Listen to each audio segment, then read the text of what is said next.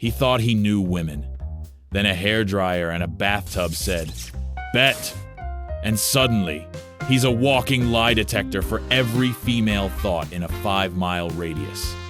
Let's talk about Nick Marshall, a man so full of himself, he probably flirts with his own reflection. Born and raised backstage among showgirls, little Nicky got more estrogen exposure than a Sephora aisle. Mommy issues? Nah, just the classic case of growing up thinking every woman is secretly in love with you because they once handed you a juice box. Now grown, Nick is a big shot ad exec who thinks he's God's gift to women in marketing. Spoiler alert, he's not. Every morning, he wakes up to a crime scene of lingerie, leftover pizza, and whiskey glasses all graciously cleaned by his housekeeper, who he calls Babe. Real classy. Today is supposed to be Nick's big promotion day. He struts into the office like he invented confidence. But plot twist, the promotion goes to a woman. Darcy McGuire. She's sharp, she's fearless, and she's got more marketing brains in one heel than Nick has in his whole GQ slicked body. Corporate just gave patriarchy a slap in the face, and Nick? He's not handling it well. His plan? Sabotage. Obviously. Meanwhile, life hits him with a bonus level of awkward. His ex-wife is off to a honeymoon, so guess who's babysitting his 16-year-old daughter Alex? Spoiler, she's not thrilled. Neither is he. Back at work, Darcy hands everyone boxes of women's products, lipstick, tampons, pantyhose, the whole feminine starter pack. "Market it," she says. Nick, believing he knows women better than women, scoffs. Fast forward to that night. Nick, wine drunk, alone, surrounded by pink packaging and confusion. He decides to get into character. Slaps on a pore strip, curls his lashes, paints his nails, waxes his legs, and shimmies into pantyhose like he's prepping for a drag show audition. It's a whole performance.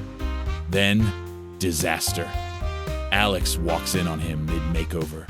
He panics, slips on bath beads, and lands headfirst in the tub hairdryer in hand.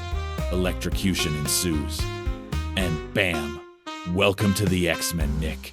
Your power? Hearing women's thoughts. Congratulations, you're cursed with Wi-Fi for estrogen. The next morning, he hears it all. Babe's passive-aggressive rage. The hotel doorman's dirty joke before she even says it. The entire female office staff's mental takedown of his fragile ego.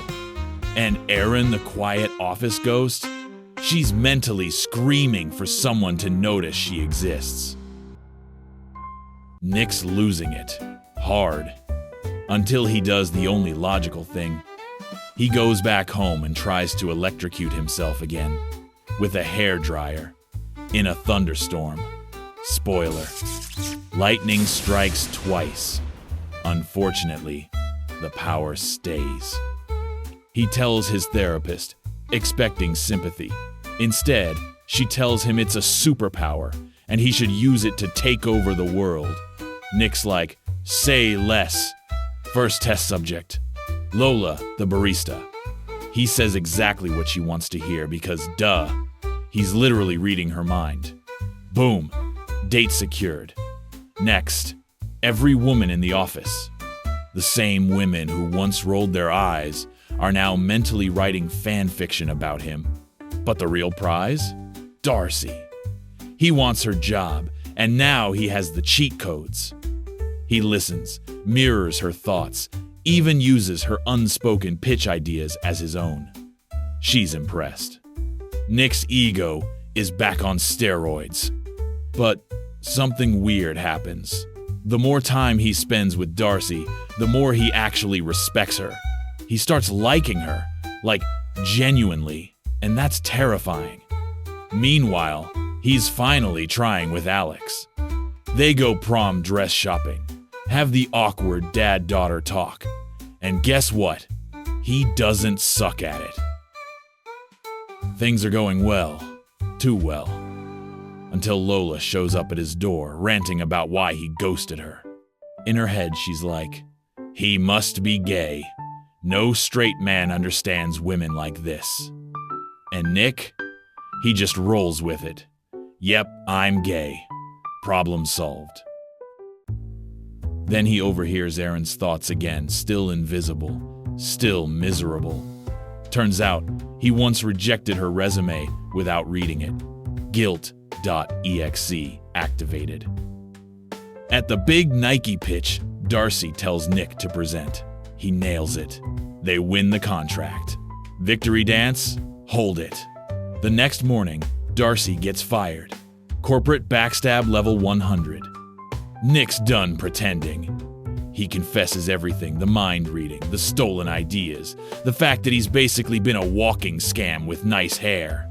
He finds Erin, offers her the job she deserved, then runs to stop Darcy before she disappears forever.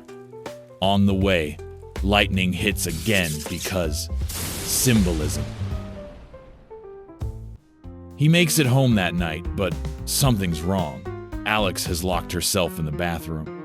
You think buying me a dress makes you a dad, she shouts.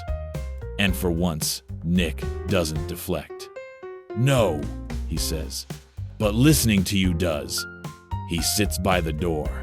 No jokes, no charm. I skipped out on your life. I showed up with plastic smiles and half-baked advice. But yesterday, when you cried, I didn't hear it in my head. I felt it. And it hit harder than any lightning strike. A pause, then, okay. That was weirdly poetic, she says. Yeah, I think I'm having an emotion. Let's not make it a habit. They both laugh. Finally, that night, he goes to Darcy. No pitch, no charm, just truth. I stole your work. I used you. I manipulated my way to the top. And for a second, I believed I deserved it. She doesn't slam the door. Yet. But then I met you. Really met you. And I started listening not with superpowers, with actual ears. And it turns out I liked what I heard. Darcy's quiet. Nick keeps going. I love you. I don't deserve you. But I'm here because I'd rather be honest and alone than fake and winning. She exhales. You really did hear everything, huh? Everything. She smiles. Good. Then you know what I want. Cue kiss. Cue redemption. Cue credits. Moral of the story? Don't mess with women. Or electricity. Or think you know what women want. Unless you're ready to hear it. All of it. Thanks for watching. And honestly, I'm just glad I can't hear my wife 24/7. Some things are better left unsaid, right? Would you want to hear every thought from your partner? Or is ignorance really bliss? If you're into more wild, smart, or completely unhinged movie recaps, there's more chaos waiting on the channel. Hit subscribe, or Simon's Next Target might be your favorite rom-com.